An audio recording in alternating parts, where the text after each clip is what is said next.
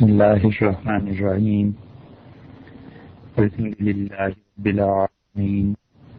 الصلاۃ والسلام علی سید الانبیاء والمرسلین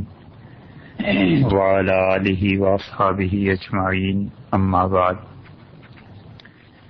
آج کی نشست میں قبل اس کے کہ ہم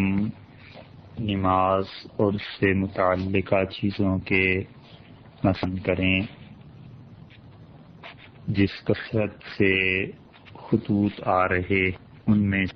دو چیزیں ایسی ہیں جن کا جواب دینا ضروری محسوس ہوتا ہے۔ ایک بات تو ہمارے بہت سے سامعین کو اس بات پر اشکال ہے کہ یہ نماز سے مراد مسائل اور چیزوں کو جب ایک مرتبہ بیان کر دیا گیا تو دوسری مرتبہ رمضان میں انہیں بیان کرنے کی کیا ضرورت ہے۔ تو حقیقی صورتحال یہ ہے کہ ہر آدمی کی ذہنی سطح اتنی نہیں ہوتی کہ وہ ایک مرتبہ سن کر اتنے ڈھیر سارے مسائل کو سکے، اور نہ ہی اس میں پھر اتنی استطاعت ہوتی ہے کہ وہ کیسٹس خرید سکے۔ تو اس لیے چونکہ اس پروگرام کے بالکل آغاز میں عرض کر دیا گیا تھا، پاک کی تفسیر میں اس مقام چاہتے ہیں کہ نماز کے سارے مسائل بیان کریں یا اکثر و بیشتر بیان کریں، تو اس میں ممکن ہے آپ کو تکرار کا سامنا کرنا پڑے، تو اس کے لیے ہم پہلے سے معذرت خواہ ہیں۔ مقصد صرف اتنا سا ہے کہ ہم مسلمان اپنی نماز کو کم سے کم درست کر لیں۔ عبادات کے درجے میں وہ عبادت جس کو روز کرنا ہے، وہ عبادت جو دن میں 5 مرتبہ کرنی ہے، کم سے کم ہم اسے درست کر لیں، اور ہماری نمازیں اور نمازوں سے متعلقہ جو چیزیں ہیں یہ سنت کے مطابق ہو جائیں۔ نماز تو پڑھنی ہی ہے بھائی، وضو تو کرنا ہی ہے، کیوں نہ ہم اسے صحیح طرح سنت کے مطابق سیکھ کر کریں، اور نبی کریم صلی اللہ علیہ وسلم نے جس طرح سے یہ چیزیں بتلائی ہیں اس طرح کریں تو ہمیں ثواب بھی ہوگا۔ اور سب سے بات یہ ہے کہ جو شخص بھی جتنی رسول اللہ صلی اللہ علیہ وسلم کی سنتوں کی پیروی کرے گا اور جتنا نبی کریم صلی اللہ علیہ وسلم پر صلاۃ و سلام بھیجتا رہے گا، درود شریف پڑھتا رہے گا، ایسے دونوں آدمیوں کو قیامت میں رسول اللہ صلی اللہ علیہ وسلم کا قرب بھی نصیب ہوگا۔ اور انشاءاللہ اگر نے فضل فرمایا اور کوئی اور رکاوٹ بیچ میں نہ ہوئی تو رسول اللہ صلی اللہ علیہ وسلم کی شفاعت اور قیامت میں حوض کوثر پر ان کی ملاقات، یہ انعامات بھی اللہ نصیب فرمائے گا۔ اس لیے جو حضرات اس تکرار سے مشکل میں ہیں ان سے برداشت کرنے کی درخواست ہے کہ کچھ دن کی بات ہے، یہ نماز کے مسائل اچھی طرح سیکھیے، اور نماز سے جو متعلقہ چیزیں ہیں باقی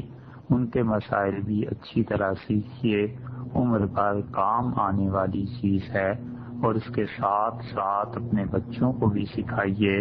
تاکہ ان کی نمازیں سنت کے مطابق ہو جائیں۔ اگر نماز ہی صحیح نہیں ہوگی تو ان کی آئندہ جنریشن، ان کی آئندہ نسل، ان کی اولادیں، ان کی نماز میں بھی وہ غلطیاں آتی رہیں گی۔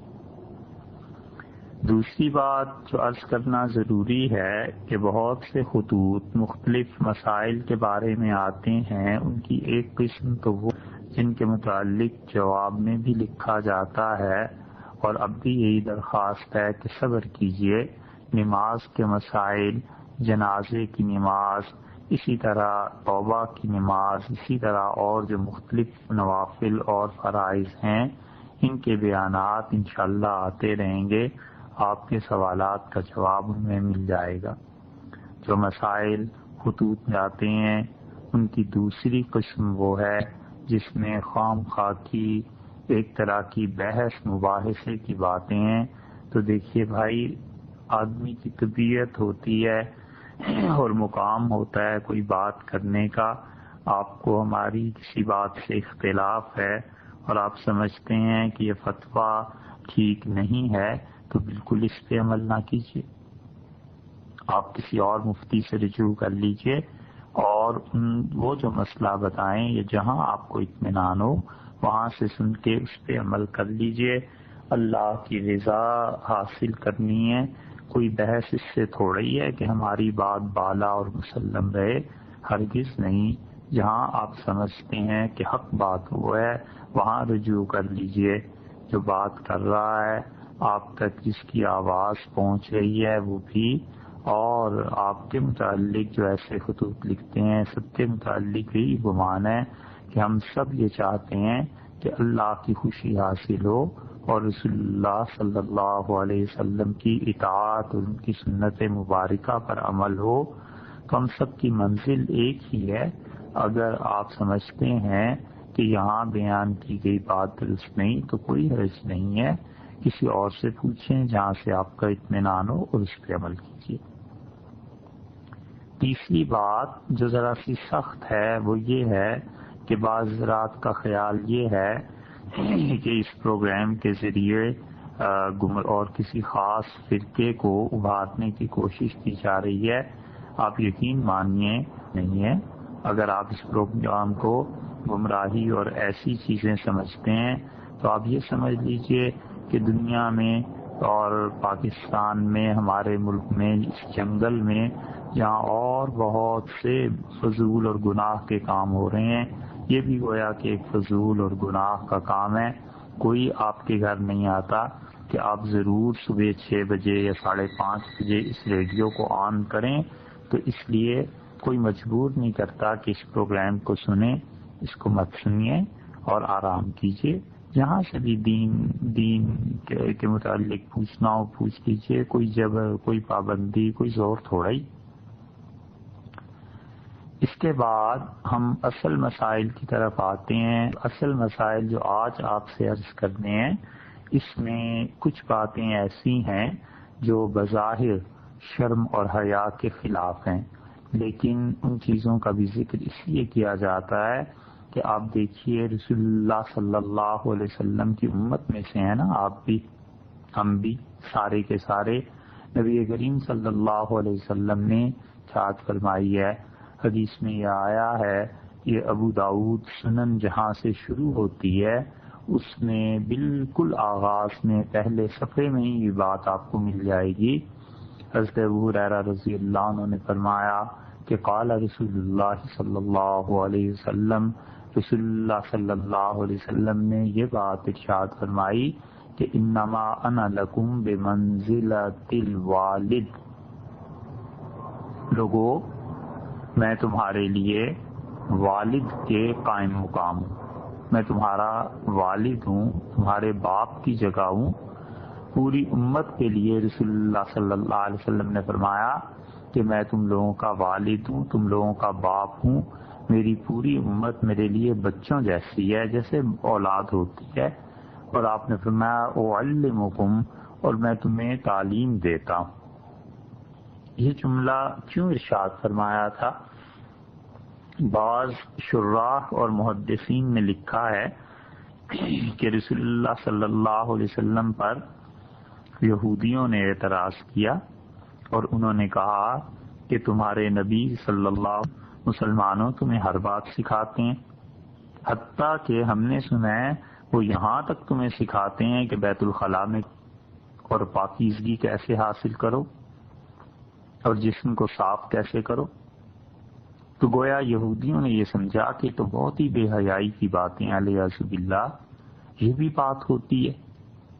تو رسول اللہ صلی اللہ علیہ وسلم نے اس کے جواب میں یہ بات ارشاد فرمائی تو تم لوگوں کے لیے باپ کی مانند ہوں. جیسے بچے ہوتے ہیں چھوٹے تو ماں باپ سکھایا کرتے ہیں نا کہ کیسے طہارت حاصل کرنی ہے، کیسے پاک ہونا ہے. تو اس لیے آپ نے فرمایا فَإِذَا أَتَى أَحَدُكُمْ الْغَائِطَ، اور تم میں سے جب کوئی میرا امتی، کوئی مسلمان، کوئی میرا بچہ اگر پاکیزگی حاصل کرنا اور بیت الخلاء میں جائے تو فلا یستقبل القبلۃ، تو اسے چاہیے کہ نہ ہی تو وہ بیت اللہ کی طرف منہ کر کے بیٹھے، ولا یستدبرھا، اور نہ ہی اسے چاہیے کہ بیت اللہ کی طرف پیٹھ کرے، ولا یستقب بیمینہ، اور اسی طرح اس کو اپنے دائیں سے پاکیزگی حاصل نہیں کرنی چاہیے، دائیں ہاتھ سے طہارت نہیں کرنی چاہیے.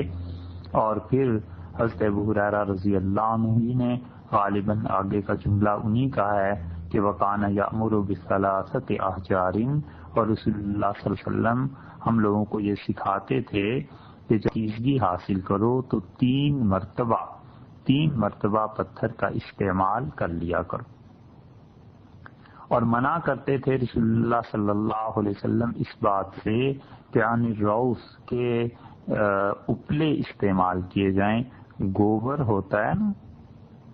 بھینس کا، اس کو جب خشک کر لیا جائے تو وہ اپلے بن جاتے ہیں. اپلے عام طور پر آتے ہیں. جب تک سوئی گیس نہیں آئی تھی شہروں میں بھی خواتین اپلے جلایا کرتی تھیں. تو رسول اللہ صلی اللہ علیہ وسلم نے اس حدیث میں ارشاد فرمایا کہ دیکھو اپلوں سے طہارت حاصل نہ کرنا. اس حدیث پر بحث انشاءاللہ آج کی نشست میں آگے بھی آپ سن لیں گے. اور جو اصل بات کہنے کی ہے وہ یہ ہے کہ رسول اللہ صلی اللہ علیہ وسلم نے یہ فرمایا ہے کہ تم میرے بچے ہو اور میں تمہارا باپ ہوں اور میں تمہیں یہ چیزیں سکھاتا ہوں. تو آئیے اس حدیث کی روشنی میں ہم دیکھیں کہ ہمیں رسول اللہ صلی اللہ علیہ وسلم نے استنجا کے بارے میں، پاکیزگی حاصل کرنے کے بارے میں کیا ہدایات دی ہیں اور ہمیں اپنے آپ کو کس طرح پاک رکھنا ہے. بظاہر اسی لیے عرض کیا تھا کہ باتیں شرم و حیا کی ہیں، لیکن جس حد تک بھی ہو سکتا تک ہم آپ سے یہ باتیں بیان کریں گے کہ رسول اللہ صلی اللہ علیہ وسلم نے اپنی امت کو، ہم مسلمانوں کو، اور ہم وہ لوگ جو ان کی اولاد کی مانند ہیں گویا، ہمیں یہ باتیں حضرت صلی اللہ علیہ وسلم نے سکھائی ہیں. حدیث میں آتا ہے کہ کوئی آدمی جب سویا ہوا ہو، نیند سے بیدار ہوتا ہے، تو اس انسان کا پہلا کیا کام ہے کہ وہ کیا کرے. رسول اللہ صلی اللہ علیہ وسلم نے جو بڑے کام اس نے کرنے ہیں ان میں سے حضرت ابو ہریرہ رضی اللہ عنہ نے فرمایا کہ آپ نے کہا، حضرت صلی اللہ علیہ وسلم نے اپنے امتیوں کو کہا کہ اذا استيقظ احدكم من نومه، صحیح بخاری اور مسلم میں یہ لفظ آئے ہیں کہ آپ نے فرمایا جب تم میں سے کوئی شخص نیند سے بیدار ہو، سو کر اٹھے، فلا یغمس یدہ فی الاناء، تو اسے چاہیے کہ اپنا ہاتھ براہ راست پانی کے برتن میں نہ ڈال دے، یہاں تک کہ وہ پہلے اپنے ہاتھوں کو 3 مرتبہ، ایک ہاتھ کو یا دونوں کو دھو لے، پھر اس کے بعد پانی کے برتن میں ہاتھوں کو ڈالے. ہوتا یہ ہے کہ اب تو آپ نلکے کا رواج ہو گیا ہے، تو نلکے میں سے پانی آتا ہے، اس سے ہاتھ دھو لیے جاتے ہیں. لیکن کبھی وقت ایسا تھا جب نلکے نہیں ہوتے تھے. اب بھی بعض اوقات دیہات میں، بلکہ کئی ایک جگہ دیہات میں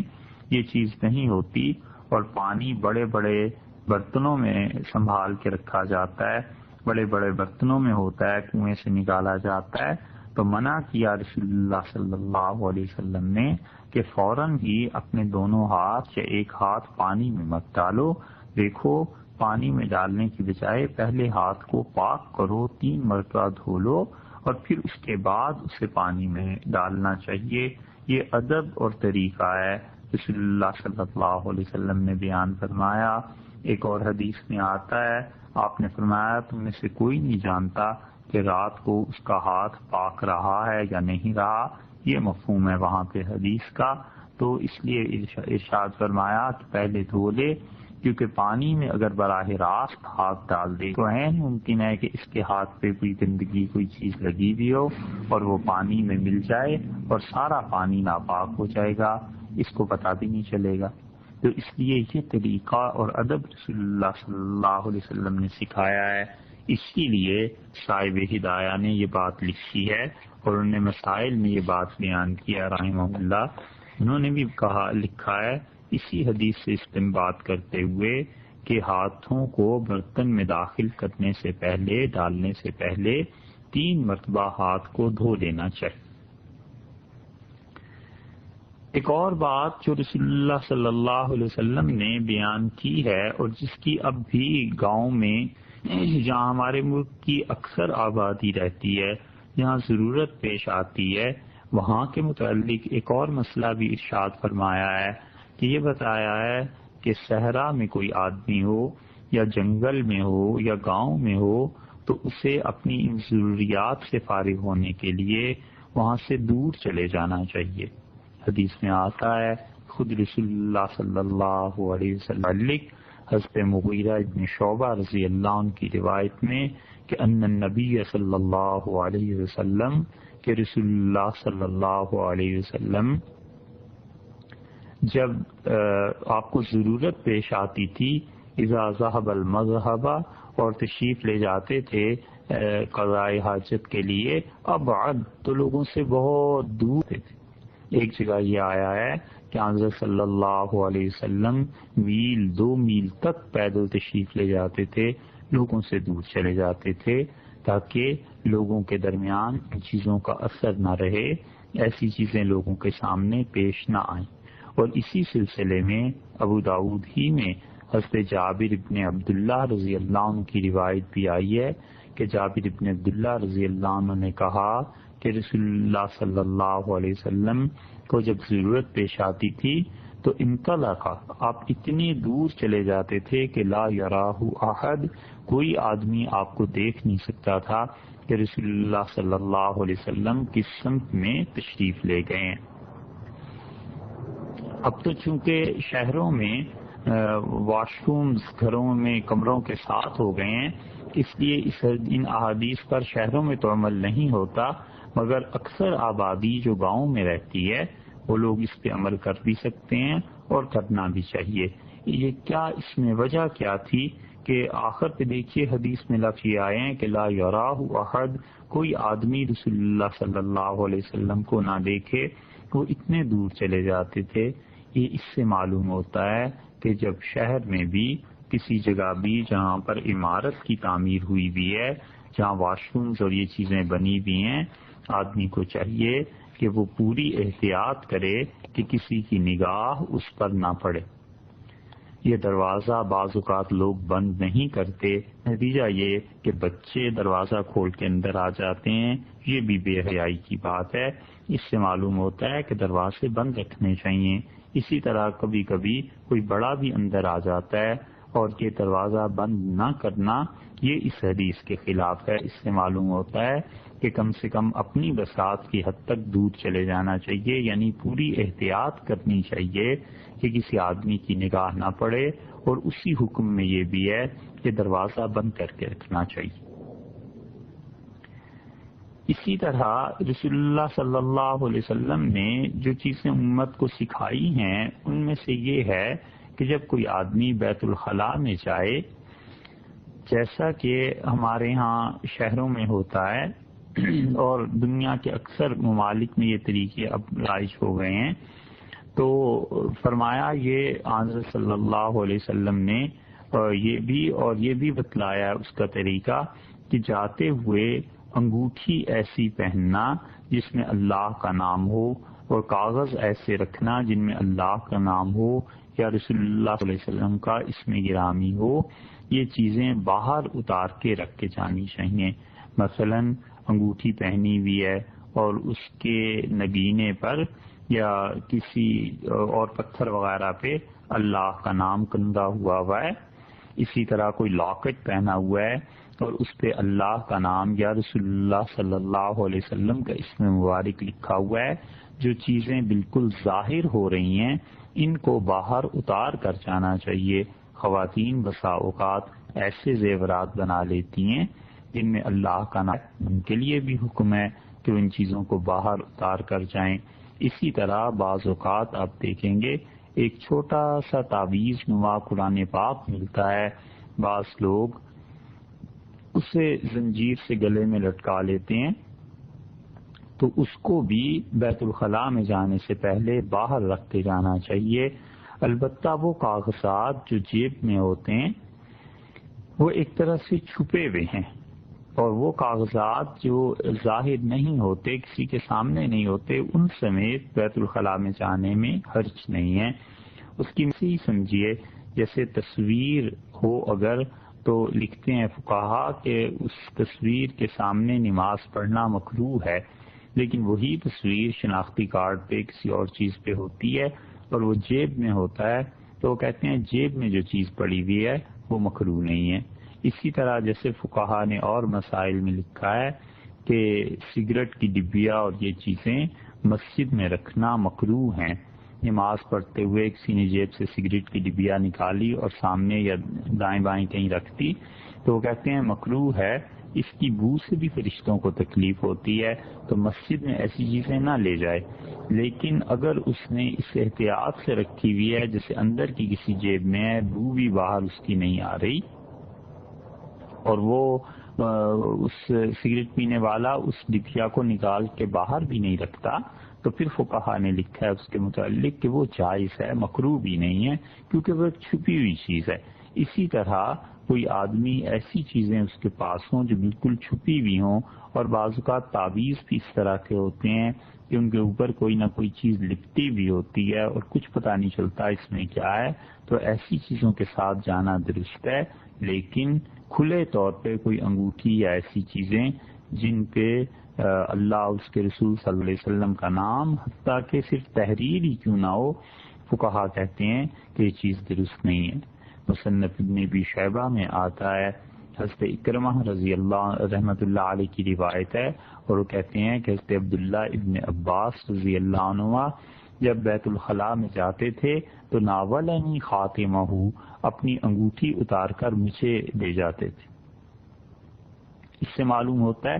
کہ اس زمانے میں بھی گھروں میں بیت الخلاء بنتے تھے، ہوتے تھے۔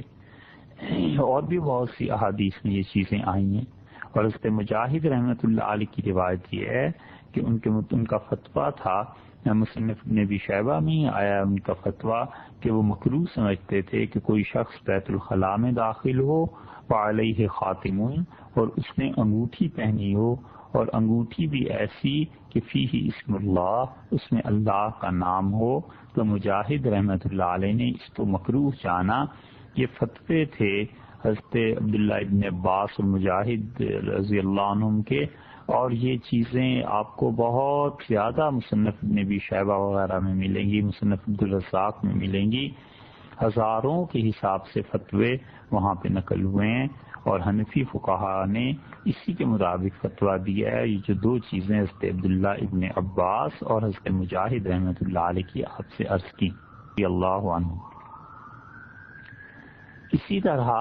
یہ مسئلہ بھی خیال میں رہنا چاہیے کہ جب ایسی ضرورت کے لیے انسان باہر جاتا ہے گاؤں میں، یا کسی کھلی فضا میں جانا پڑتا ہے، یا بیت الخلاء کا استعمال کرنا پڑتا ہے گھروں میں، تو سب جگہوں پہ جانے سے پہلے، اگر گاؤں وغیرہ میں ہیں تو اپنے کپڑے کھولنے سے پہلے، اور اگر شہر میں کوئی جگہ یا کہیں بھی جگہ متعین ہے تو وہاں پر دروازے میں اندر جانے سے پہلے وہ دعا چاہیے جو رسول اللہ صلی اللہ علیہ وسلم پڑھا کرتے تھے، اور حدیث میں آیا ہے کہ حضرت صلی اللہ علیہ وسلم پڑھتے تھے اللہم انی اعوذ بک من الخبث والخبائث، اے پروردگار، اے اللہ، میں آپ کی پناہ مانگتا ہوں تمام ان جنات شیاطین سے جو نر ہیں یا مادہ ہیں۔ اللہ آپ کی پناہ مانگتا ہوں تمام شیطان مذکر اور مؤنث دونوں سے میں پناہ مانگتا ہوں۔ ایک جگہ یہ الفاظ آئے ہیں کہ رسول اللہ صلی اللہ علیہ وسلم یہ فرماتے تھے کہ اعوذ باللہ من الخبث والخبیث، اے پروردگار میں تیری پناہ چاہتا ہوں تمام شیطانوں سے اور اس گندگی سے جو ان جگہوں پہ ہوتی ہے۔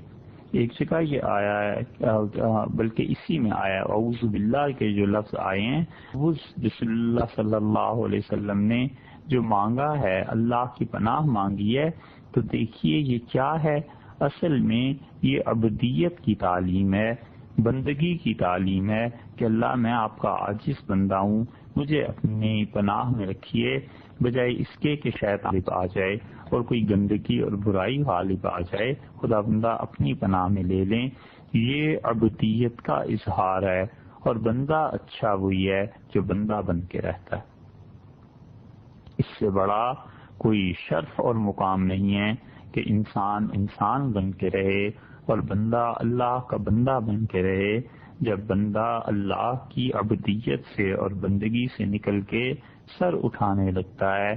اور ان انعامات پہ جو حقیقتاً اللہ ہی نے اس پہ کیے ہیں اس پر وہ کبر اور غرور کا اظہار کرنے لگتا ہے، تو وہ بندگی کی حد سے نکل کے خدا کی کبریائی میں دخل دینے لگتا ہے، خدا کی بڑائی میں دخل دینے لگتا ہے، اور اللہ ایسے لوگوں کو تباہ کر دیتے ہیں، نیست و نابود کر دیتے ہیں۔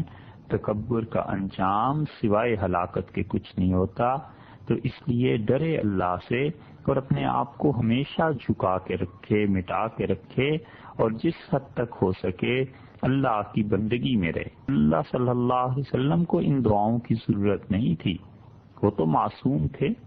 یہ تو امت کو سکھایا ہے کہ دیکھو جب تم بیت الخلاء میں جاؤ تو دروازے میں داخل ہونے سے پہلے یا کھلی فضا میں ہو تو پہلے ہی سے اس چیز کے لیے اللہ تعالیٰ سے یہ دعا مانگ لو، اور یوں کہو کہ اعوذ باللہ من الخبث والخبائث، نہیں بلکہ یوں کہو کہ اللہم انی اعوذ بک والخبائث، اے اللہ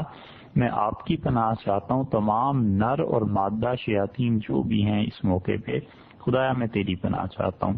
دوسرے روایت میں یہ لفظ آئے ہیں کہ اعوذ باللہ من الخبث والخبیث، اے پروردگار یہ جو جنات اور شیاطین ہوتے ہیں ایسی جگہوں پہ اور جو برائیاں ہیں، اللہ میں ان سے تیری پناہ چاہتا ہوں۔ اور اونچی آواز میں رسول اللہ صلی اللہ علیہ وسلم نے یہ پڑھا ہے،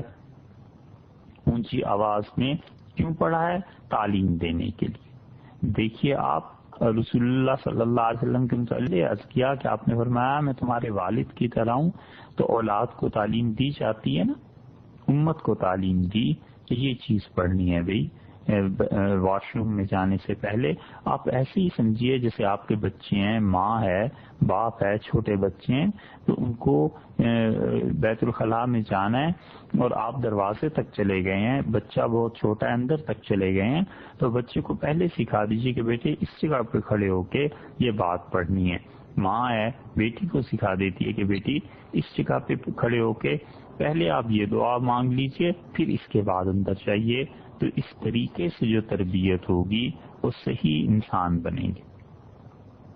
تیسری جگہ اللہ صلی اللہ علیہ وسلم کے الفاظ ایک اور حدیث میں بھی آئے ہیں، اور وہ حدیث امام مسلم رحمۃ اللہ علیہ کی شرط کے مطابق ہے، یعنی اس حدیث کا پایہ اچھا بلند ہے، اس اتنی دقیق علمی بحث کا وقت بھی نہیں، اور آپ کے شاید نفع کی بھی نہ چیز ہو۔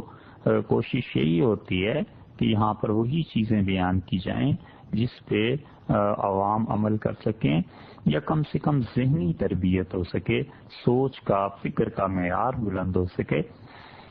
تو اس لیے اس حدیث کی سند کو تو چھوڑ دیجیے، مطمئن رہیے کہ حدیث کی سند بالکل صحیح ہے۔ رسول اللہ صلی اللہ علیہ وسلم سے تیسرے الفاظ بھی منقول ہیں۔ ایک تو ہم نے کہا نا کہ اللہم انی اعوذ بک من الخبث والخبائث، ایک یہ، دوسرے اعوذ باللہ من الخبث والخبیث، اور تیسری چیز رسول اللہ صلی اللہ علیہ وسلم نے فرمایا جب تم بیت الخلاء میں داخل ہو، یعنی اس سے پہلے تو فقولوا بسم اللہ، یہ پڑھا کرو کہ اللہ کے نام کے ساتھ، اللہ کی مدد کے ساتھ، اعوذ باللہ من الخبث والخبائث، اے پروردگار میں تیری پناہ چاہتا ہوں ان جو ایسی جگہوں پہ پائے جاتے ہیں، اور اے پروردگار میں تیری پناہ چاہتا ہوں خبائث سے، وہ جو مؤنث آدمی، اللہ میں آپ کی پناہ چاہتا ہوں. تو رسول اللہ صلی اللہ علیہ وسلم کا اس بسم اللہ کو پڑھنا بس اس ایک ہی روایت میں ثابت ہے، اور حافظ ابن حجر رحمۃ اللہ علیہ نے فتح الباری میں یہ روایات نقل کر دی ہیں. کتاب الوضو میں جہاں بھی وہ استنجا کا باب باندھتے ہیں اور جہاں پہ وہ طہارت کے ابواب انہوں نے قائم کیے ہیں، ان میں انہوں نے ان روایات کا ذکر کیا ہے. حضرت انس رضی اللہ عنہ کی روایات کہ کیا یہ ذکر، کیا یہ دعا صرف ان جگہوں کے لیے ہیں جہاں پہ واش رومز ہوں، یا دیہات میں مثلاً کوئی آدمی ہے تو پھر کیا ہوگا، اور یا کوئی آدمی مریض ہے فرض کر لیجئے اور وہ اپنے بیڈ پہ ہی پیشاب کرتا ہے، یا کوئی آدمی اپنے گھر میں ہے، اس کا گھر بہت وسیع ہے اور کسی کھلی جگہ کو استعمال کرتا ہے، تو ان سب چیزوں کے متعلق فقہا نے لکھا ہے کہ وہ کہتے ہیں کہ اس کا مطلب یہ ہے کہ یہ جو دعا ہے یہ مانگ لینی چاہیے اس حالت سے پہلے، بس جب اس کو شروع کرے تو اس سے پہلے اس دعا کو مانگ لے، اللہ تعالیٰ سے درخواست کر دے، اپنے گھر میں ہو اور چاہے وہ اپنے بیڈ پہ ہو اور چاہے بیت الخلاء میں جا رہا ہو اور چاہے وہ بالکل کھلی فضا میں ہو، تو بھی پہلے یہ دعا پڑھ لینی چاہیے، مانگ لینی چاہیے. اور دوسرا سوال اس پہ فقہا نے یہ لکھا ہے کہ اس کا وقت کیا ہے. تو وقت وہی ہے جو بار بار آپ سے عرض کر رہے ہیں کہ اس دروازے میں داخل ہونے سے پہلے. اسی طرح اگر بیڈ پہ مریض لیٹا ہوا ہے تو کپڑے اپنے کھولنے سے پہلے. اسی طرح یہی مسئلہ وہاں بھی ہوگا جہاں گاؤں وغیرہ میں دور کہیں آدمی جاتا ہے تو کپڑے کھولنے سے پہلے اس دعا کو پڑھ لینا چاہیے. رسول اللہ صلی اللہ علیہ وسلم نے جتنی چیزیں تعلیم فرمائی ہیں ان کا خلاصہ یہ. پھر دوسری چیز جو اس موقع پر ہے وہ یہ کہ اپنا بایاں پاؤں بیت الخلاء میں رکھے، الٹا پاؤں. یہ سکھانا چاہیے بچوں کو کہ یہ دعا مانگو اور اس کے بعد الٹا پاؤں اندر رکھیے اور پھر وہ استعمال کرے واش روم کو. اور پھر اس کے بعد جب باہر نکلنا ہے تو اس کے بالکل برعکس پہلے دایاں پاؤں رکھے اور پھر باہر نکلنے کی دعا بھی مانگنی چاہیے. باہر جب آ جائے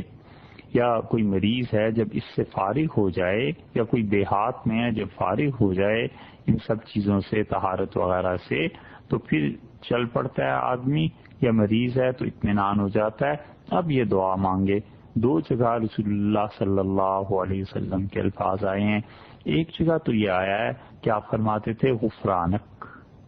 اللہ آپ سے معافی چاہتا ہوں. بس ایک روایت میں یہ آیا ہے کہ یہ لفظ حضرت صلی اللہ علیہ وسلم پڑھتے تھے، غفرانک، غفرانک، غفرانک، یہ لفظ ارشاد فرماتے تھے. اس کا مطلب یہ ہے کہ اللہ آپ سے معافی چاہتا ہوں. اس پہ بحث کی ہے محدثین نے کہ یہ کوئی گناہ کی بات تھوڑی ہی تھی.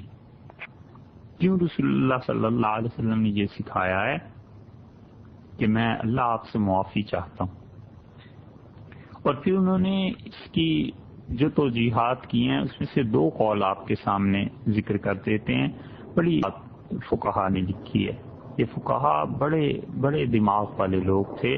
اور وہ ایک ایک چیز پر نظر رکھتے تھے کہ کیا کیا چیزیں رسول اللہ صلی اللہ علیہ وسلم نے کی ہیں، اس میں کیا حکمتیں ہیں، اور ایک ایک بات کی حکمت کو وہ بیان کرتے ہیں. وہ کہتے ہیں کہ غفرانک، رسول اللہ صلی اللہ علیہ وسلم کا یہ فرمانا کہ اللہ میں آپ سے معافی چاہتا تو اس لیے تھا کہ یہ بتانا، یہ امت کو کہنا مقصود تھا کہ دیکھو ہم اس دنیا میں اللہ کی یاد، اللہ کے ذکر گئے اور ہم کھانے پینے میں پڑ گئے،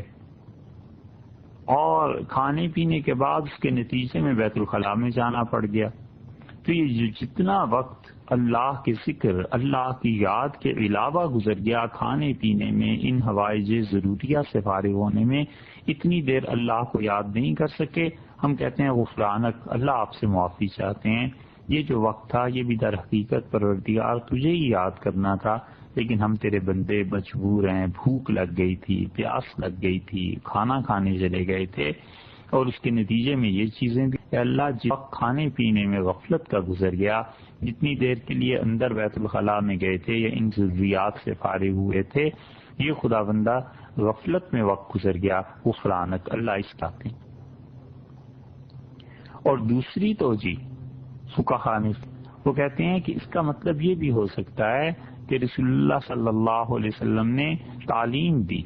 اور بتلایا کہ دیکھو اللہ کا شکر ادا کرنا چاہیے تھا کہ اللہ تیرا شکر ہے، تو نے اتنا اچھا کھانا کھلایا، پینے کو دیا خدا بندہ، پھر یہ بغیر کسی مصیبت تکلیف کے بجائے اس کے کھانے پینے کے بعد جو ان کے اجزاء ناقص، ناکارہ، بیکار اور گندے اجزاء تھے کھانے کے اور پینے کے، وہ جسم کے اندر ہی رک جاتے اور اللہ اتنی تکلیف ہوتی، اتنی مصیبت ہوتی، موت آ جاتی، خدا بسانی سے جسم سے نکل گئے، تو اللہ وہ جو انعام کھانے پینے کا تھا اور اس کے نتیجے میں یہ جو چیزیں، یہ بھی آپ کا ہی انعام ہے، اللہ ان ساری چیزوں پہ ذرا شکر ادا کرنا چاہیے تھا، میں ان دونوں انعامات پہ آپ کا شکر ادا نہیں کر سکا، غفرانک اللہ آپ سے معافی مانگتا۔ یہ ہے شریعت کی تعلیم، کتنی اچھی تعلیم دی ہے کہ آپ دیکھیے بیت الخلاء میں جانے کو بھی، باہر نکلنے کو بھی عبادت اللہ نے بنا دیا، اس کے رسول صلی اللہ علیہ وسلم نے، انہوں نے ہمیں سکھایا کہ ان کا احسان ہے، اس لیے رسول اللہ صلی اللہ علیہ وسلم کے اتنے احسانات ہیں کہ کثرت سے ان پر صلاۃ و سلام پڑھتے رہنا چاہیے۔ کوئی آدمی ان کی امت کا ان کے احسانات سے قیامت تک سر نہیں اٹھا سکتا کہ سبحان اللہ بیت الخلاء میں جانے کو بھی عبادت بنا دیا، اور فرمایا جب باہر نکلے تو یہ کہے غفرانک اللہ آپ سے معافی چاہتا ہوں۔ اور دوسری چیز جو ترمذی ابن ماجہ وغیرہ کی روایت میں، یہ تو غفرانک کا لفظ ترمذی میں بھی آیا، بہت آسان ہے، ایک لفظ ہی تو کہنا ہے غفرانک اللہ آپ سے معافی چاہتا ہوں۔ دوسری بات جو آئی ہے وہ تھوڑی سی طویل دعا ہے، اور وہ یہ کہ رسول اللہ صلی اللہ علیہ وسلم نے ارشاد فرمایا جب باہر آئے تو یہ کہے کہ الحمدللہ الذی اذهب عنی العذاب وعافانی، الحمدللہ اللہ ہی کے لیے ساری تعریفیں ہیں، الحمدللہ الذی جس ذات نے اذهب عنی العذاب مجھ سے تکلیف دینے والی چیزوں کو دور کر دیا، وعافانی اور اللہ نے مجھے عافیت سے رکھا، پروردگار نے عافیت سے رکھا، خیر فرمائی، اللہ کا شکر ہے۔ تو آپ دیکھیے اس میں بھی شکریہ کا موقع اللہ کا آ گیا نا، رسول اللہ صلی اللہ علیہ وسلم نے وہی چیز سکھائی ہے تقریباً جو پہلی روایت میں آئی تھی، غفرانہ کا لفظ بھی وہی، اور الحمدللہ الذی اذهب عنی العذاب وعافانی، الحمدللہ الذی اذهب عنی العذاب وعافانی، اللہ تمام تعریفیں آپ کے لیے جس ذات نے مجھ سے تکلیف دے چیزوں کو دور کر دیا اور عافیت عطا فرمائی۔ اس کا فائدہ کیا ہے؟ جب انسان یہ پڑھتا ہے تو اپنی بندگی پیش نظر رہتی ہے کہ خدا بندہ میں تو کچھ بھی نہیں۔ ہارون الرشید کے ساتھ ایک بزرگ کی بات ہوئی تو غالباً ہارون الرشید ہی تھے، خیر جو بھی بادشاہ ہو، اس سے کیا فرق پڑتا ہے، انہوں نے اپنی سلطنت پہ فخر کا اظہار کیا اور انہیں بتایا ان کی حکومت کتنی کہاں تک پھیل۔ تو اس بزرگ نے کہا امیر المومنین اگر آپ کسی ایسی جگہ چلے جائیں صحرا میں بھٹک جائیں اور آپ کو اتنی شدید پیاس لگ جائے، مرنے کے قریب پہنچ جائیں، تو ایک آدمی کو آپ دیکھیں اس کا پاس ایک گلاس پانی کا ہے اور وہ کہے کہ بھی آدھا گلاس پانی کا میں آپ کو دوں گا اور آدھی سلطنت مجھے دے دو، تو آپ مان جائیں گے؟ انہوں نے کہا بھئی میں تو مر رہا ہوں گا، کیوں نہیں مانوں گا، کہوں گا آدھی سلطنت دے لو مگر پانی دو، کسی طرح جان بچے، زندہ رہوں گا تو حکومت کروں گا، زندہ ہی نہ رہے تو حکومت کیسی؟ انہوں نے کہا کہ اسی طرح اگر فرض کیجئے پیشاب بند ہو جائے آپ کو اور تکلیف ہو جائے اور پھر آپ یہ کہے کوئی آدمی کہ میں علاج کر دیتا ہوں اور وہ ڈاکٹر طبیب آپ سے کہے کہ آدھی سلطنت مجھے دے دیں ورنہ آپ مر جائیں گے، تو آپ کر لیں گے؟ انہوں نے کہا ضرور کر لوں گا، آدھی حکومت اسے دے دوں گا تاکہ علاج ہو، کیونکہ پیشاب رک جائے اتنی شدید تکلیف ہے، میں تو تصور نہیں کر سکتا۔ تو اس نے کہا امیر المومنین ساری سلطنت آپ کی ایک گلاس پانی کی محتاج، ایک گلاس پانی پہ بکنے والی چیز، اور آپ اتنا خوش ہو رہے ہیں۔ بات یہی ہے کہ انسان آپے میں رہے تو ٹھیک رہتا ہے نا، بس ہمیشہ یہ سوچتا رہے کہ اللہ کا انعام ہے جو اللہ نے مجھ پہ کیا ہے، میری اپنی اس میں کوئی حیثیت نہیں ہے، میرا اپنا اس میں کوئی کمال نہیں ہے۔ تو دیکھیے رسول اللہ صلی اللہ علیہ وسلم نے سکھایا کہ یہاں بھی اللہ کا شکر ادا کرو۔ آپ اس کو ایسے بھی سمجھ لیجئے جیسے حضرت عمر رضی اللہ عنہ اپنے دور میں ایک جگہ سے گزرے اور وہاں ایک آدمی تھا اور اس کے نہ ہاتھ تھے نہ پاؤں تھے، اور وہ کوڑ کا مرض ہو گیا تھا اسے۔ تو حضرت عمر رضی اللہ عنہ نے صحابہ کرام رضی اللہ عنہ سے پوچھا کہ تم دیکھتے ہو اسے بھی اللہ کا شکر ادا کرنا چاہیے۔ دیکھنے والی نظر عمر رضی اللہ عنہ جیسی ہونا تو ہر بات میں اللہ کے شکر کا پہلو نکل آتا ہے۔ بڑی نگاہ تھی اس ہستی کی۔ تو صحابہ رضی اللہ عنہ کہتے تھے، ہم نے حیرت سے پوچھا، ہم نے کہا امیر المومنین اس کے پاس کون سی ایسی چیز ہے جس پہ اللہ کا شکر ادا کرے؟ تو انہوں نے کہا تم دیکھتے نہیں ہو، یہ کھاتا تو ہوگا نا، پیتا تو ہوگا، یہ کھانے پینے میں فضول اور ناکارہ اور ردی چیزیں اس کے جسم سے جو سہولت سے نکل جاتی ہیں، اس پہ بھی اللہ کا شکر ادا کرنا چاہیے اسے۔ اگر یہ چیزیں پیٹ میں ہی باقی رہ جائیں تو پھر کیا ہو؟ مراد ان کی یہ تھی۔ تو اس لیے معلوم ہوتا ہے کہ یہ دعا دیکھیے کیسی قیمتی چیز بن گئی کہ رسول اللہ صلی اللہ علیہ وسلم نے ہمیں سکھایا کہ جب باہر آ جاؤ تو پھر کیا کرے، پہلے تو دایاں پاؤں باہر رکھے۔ یہ بچوں کو سکھانا چاہیے کہ بھئی پہلے دایاں پاؤں باہر رکھیے اور باہر آ کے یہ دعا مانگ لو، یا تو ایک لفظ سکھا دیں، چھوٹا بچہ ہے غفرانک، اور تھوڑا بڑا ہو جائے تو اس حدیث کو بھی سکھا دینا چاہیے کہ الحمدللہ الذی اذھب عنی العذاب وعافانی، اللہ کا شکر ہے جس نے مجھ سے تکلیف دینے والی چیز کو دور کر دیا اور مجھ کو عافیت سے رکھا خدا نے۔ شرح النکایا میں، فتح البیر میں اور کئی جگہ پہ حنفی فقہا نے ان دونوں روایات کو نقل کیا ہے اور یہ بھی بتایا ہے کہ اس پہ عمل کرنا چاہیے۔ ایک مسئلہ یہ بھی لکھا ہے فقہا نے اور اس پہ بھی عمل کرنا چاہیے کہ وہ کہتے ہیں کہ رسول اللہ صلی اللہ علیہ وسلم سے یہ بات ثابت ہے کہ آپ جب بالکل زمین کے قریب ہو جاتے تھے تو اپنا جسم مبارک اس وقت کھولتے تھے، اس وقت جسم سے کپڑا اٹھاتے تھے تاکہ انسان کی شرم حیا یہ چیزیں وہ باقی رہیں۔ اسی طرح جس جگہ پہ پاکیزگی نہانا ہوتا ہے، جس جگہ پہ وضو کرنا ہوتا ہے، جس جگہ نماز وغیرہ کے لیے وضو کرتا ہے تو اس جگہ پر پیشاب نہیں کرنا چاہیے، اس سے وسوسے پیدا ہوتے ہیں۔ اس مسئلے کی تفصیل یہ ہے کہ ایک تو ہوتے ہیں جیسے اب ہمارے ہاں گھروں میں عام طور پہ واش رومز بن جاتے ہیں، وہ بات الگ ہے کہ اس میں طہارت کی جگہ ایک الگ ہو گئی، جیسے سیٹ الگ لگی ہوئی ہوتی ہے اور واش بیسن وغیرہ یہ چیزیں الگ لگی ہوئی ہوتی ہیں، یہ تو ٹھیک ہے، اس میں تو کوئی نہیں۔ لیکن بعض گھر پرانی طرز کے ایسے بھی کہ جس میں کوئی جگہ ایسی ہوتی نہیں مخصوص، وہیں پہ وضو کرنا ہے اور وہیں پہ طہارت حاصل کرنی ہے، پاکیزگی حاصل کرنی ہے۔ ایسی جگہوں پہ جہاں وضو کیا جاتا ہے، جہاں پہ غسل کیا جاتا ہے، وہاں یہ چیز نہیں کرنی چاہیے۔ عبداللہ ابن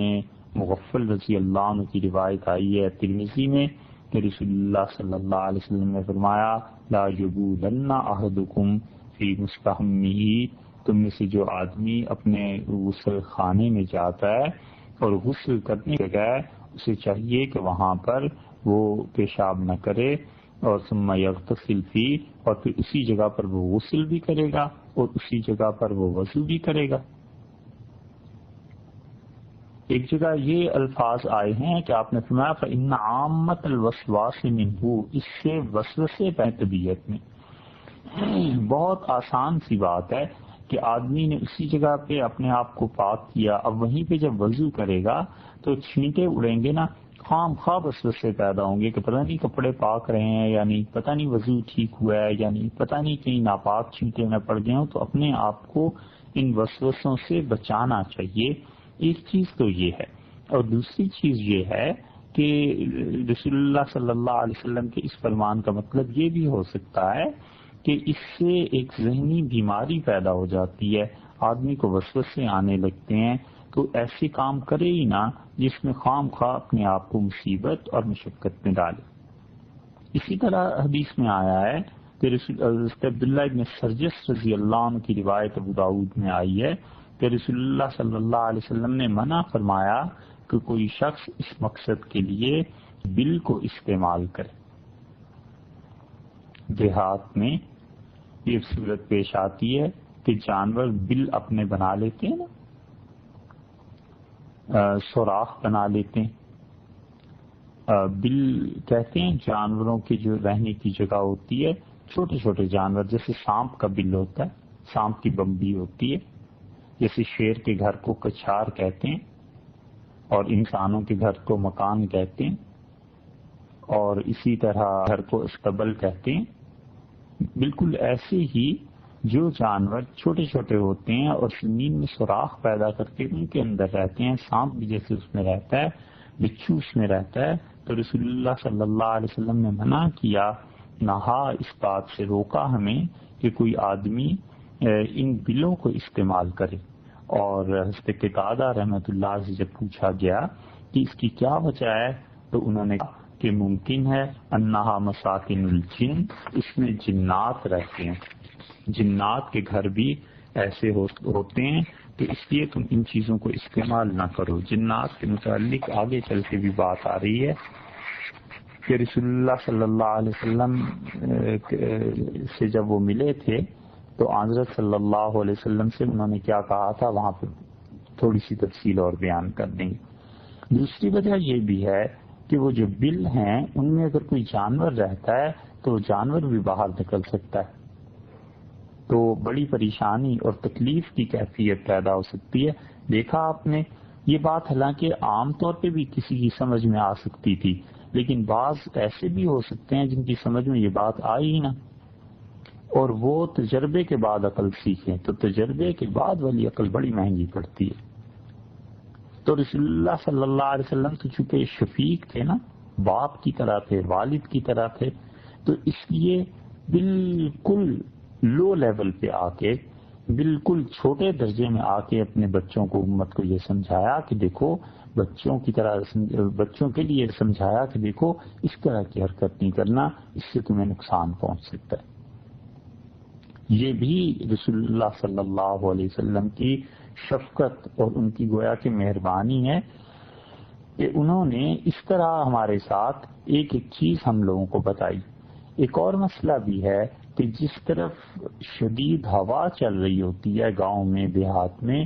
اس طرف بھی رخ نہیں کرنا چاہیے. بیٹھنے سے پہلے آدمی سوچ لے کہ ہوا کدھر کے رخ کو چل رہی ہے، کیونکہ رسول اللہ صلی اللہ علیہ وسلم نے فرمایا کہ استنزہوا من البول، اپنے آپ کو پیشاب کے چھینٹوں سے بچانا. تو اگر وہ اس طرف منہ کر کے بیٹھ جائے گا یا جدھر سے ہوا چل رہی ہے، تو ظاہر ہے کہ چھینٹے اڑ کے انسان پر پڑیں گے. خام خواہ جسم بھی اور کپڑے بھی ناپاک ہوں گے، اور بہت احتیاط کرنی چاہیے پیشاب کی چھینٹوں سے. حدیث میں آیا ہے رسول اللہ صلی اللہ علیہ وسلم نے بڑی سختی سے اس بات سے روکا ہے کہ کوئی آدمی اس معاملے میں احتیاط نہ کرے، حتیٰ کہ آپ نے فرمایا کہ عام طور پر قبر کا عذاب اسی وجہ سے ہوتا ہے. ایک اور مسئلہ بھی لکھا ہے، وہ بھی خیال کرنا چاہیے کہ طہارت اور پاکیزگی کے لیے دائیں ہاتھ کو استعمال نہیں کرنا چاہیے. حدیث میں آتا ہے صحیح مسلم میں کہ حضرت ابو قتادہ رضی اللہ عنہ کہتے تھے کہ رسول اللہ صلی اللہ علیہ وسلم نے فرمایا جب تم پاک ہونا چاہو تو دیکھو دائیں ہاتھ کو استعمال نہ کرو.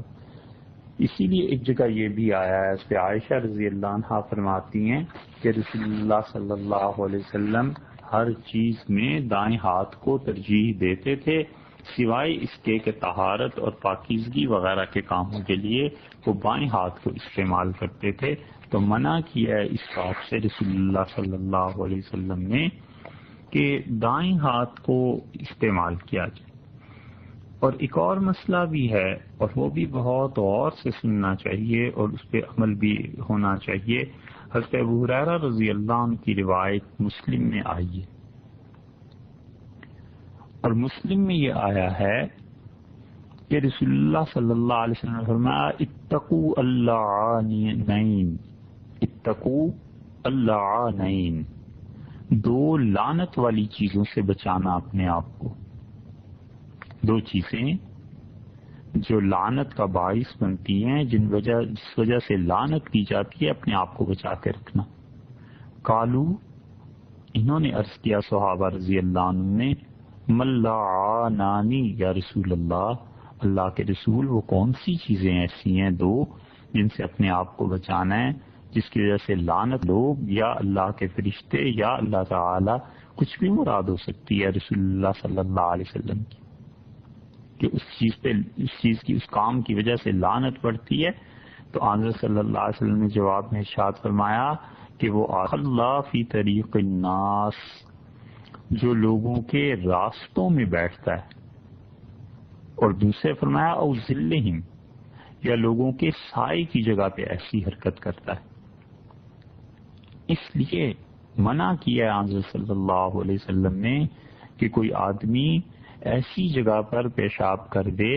ایسی جگہ کو استعمال کرتے جو لوگوں کا راستہ ہے، اور منع کیا ہے اس بات سے کہ کوئی ایسی جگہ استعمال کرے جہاں گاؤں وغیرہ میں لوگ سائے میں بیٹھتے ہیں۔ تو آپ نے فرمایا ان دو لعنت والے کاموں سے بچنا، کیونکہ جب کوئی راستے سے گزرے گا تو اسے بو محسوس ہوگی نا، تو جب اسے بو آئے گی تو وہ لعنت نہیں کرے گا اور کیا کرے گا۔ اس لیے راستوں میں، سائے والی جگہوں میں، پھلدار درخت ہیں ان کے نیچے، یہ سب مقامات کو رسول اللہ صلی اللہ علیہ وسلم نے منع کیا ہے، اور مسلمان کوئی تعلیم اس کی حاصل نہیں کرتے اگر وہ اپنے نبی صلی اللہ علیہ وسلم کی اس حدیث پر ہی عمل کرنے والے بن جاتے تو شہروں میں لوگوں کو یہ نہ لکھنا پڑتا دے کا بچہ پیشاب کر رہا ہے۔ کئی جگہ پہ شہروں میں آپ کو نظر آئے گا۔ اسی لیے فقہا نے کہا ہے کہ کسی بھی آدمی کی زمین پر جو شہر میں جیسے پلاٹ بن جاتے ہیں اور دیواروں کی جڑ میں ان لوگوں کی اجازت کے بغیر اس کو استعمال کرنا درست نہیں۔ اتنی بد تہذیبی کی حرکت ہے، اتنی خراب حرکت ہے کہ لوگ ان کاموں کو کرتے ہیں اور سوچتے نہیں ہیں کہ جو گزرے گا وہ لعنت بھیجے گا ہمارے اس فعل پہ۔ رسول اللہ صلی اللہ علیہ وسلم نے کہا کہ یہ دو کام ایسے ہیں، ان دونوں جگہوں کو جو بھی استعمال کرے گا لعنت کا مستحق ہوگا۔ عجیب و غریب بےہودگی اور بد تہذیبی، نہ یہ پتہ ہے کہ گھر میں چلنے سے پہلے آدمی ان کاموں سے اپنے گھر میں ہی فارغ ہو لے، خام خواہ لوگوں کے گھروں میں جا کر لوگوں کو تنگ کرنا، یہ بھی ایک بد تہذیبی کی بات ہے۔ فرض کر لیجئے کوئی ایمرجنسی ایسی پیش آ ہی گئی ہے تو وہ ایک الگ مسئلہ ہے، جیسے شوگر کے مریض ہوتے ہیں، جیسے کوئی آدمی سارا دن گھر گیا ہی نہیں، اپنے کاموں میں مصروف رہا تو اس کو کسی مناسب جگہ پہ جانے کی ضرورت پیش آ گئی، اور وگرنہ یہ تہذیب کے ہی خلاف ہے کہ آدمی گھر کے علاوہ کسی جگہ کو استعمال کرے۔ اور خاص طور پہ یہ جو ہمارے ملک میں مسئلہ ہو رہا ہے کہ جہاں بھی ان کو ضرورت پیش آ جاتی ہے وہیں بیٹھ جاتے ہیں اور نالیوں میں پیشاب کر رہے ہیں بیٹھ کے، اور پلاٹس ایسے ہیں لوگوں کے جہاں ساتھ گھر بنا ہوا ہے اور یہ اس پلاٹ کو استعمال کر رہے ہیں اور دوسرے گھر والے بیچارے پریشان ہو رہے ہیں، اور جو بنایا ہوا ہے اس کے بالکل ساتھ ہی اس کو یہ بو تنگ کرتی ہے۔ ان لوگوں نے لعنت نہیں کرنی، پھر اور کیا کرنا ہے۔ تعلیم اور تہذیب حرام ہو گئی بالکل، یہ سیکھنی بھی نہیں اور سکھانی بھی نہیں، اور کوئی منع کر دے، کوئی روک دے تو پھر وہ لڑائی اپنے سر مول لے لے۔ بس ان چیزوں پہ زور ہے کہ نفل پڑھو، مقدس راتیں آ جائیں، لیلۃ القدر اب آگے آ رہی ہے نا، زور ہوگا نفل پڑھو۔ اس رمضان میں 1 کروڑ 1.5 کروڑ روپے کی فلائٹ جا رہی ہے عمرے کی، عمرے کرو اور تہذیب مت سیکھو،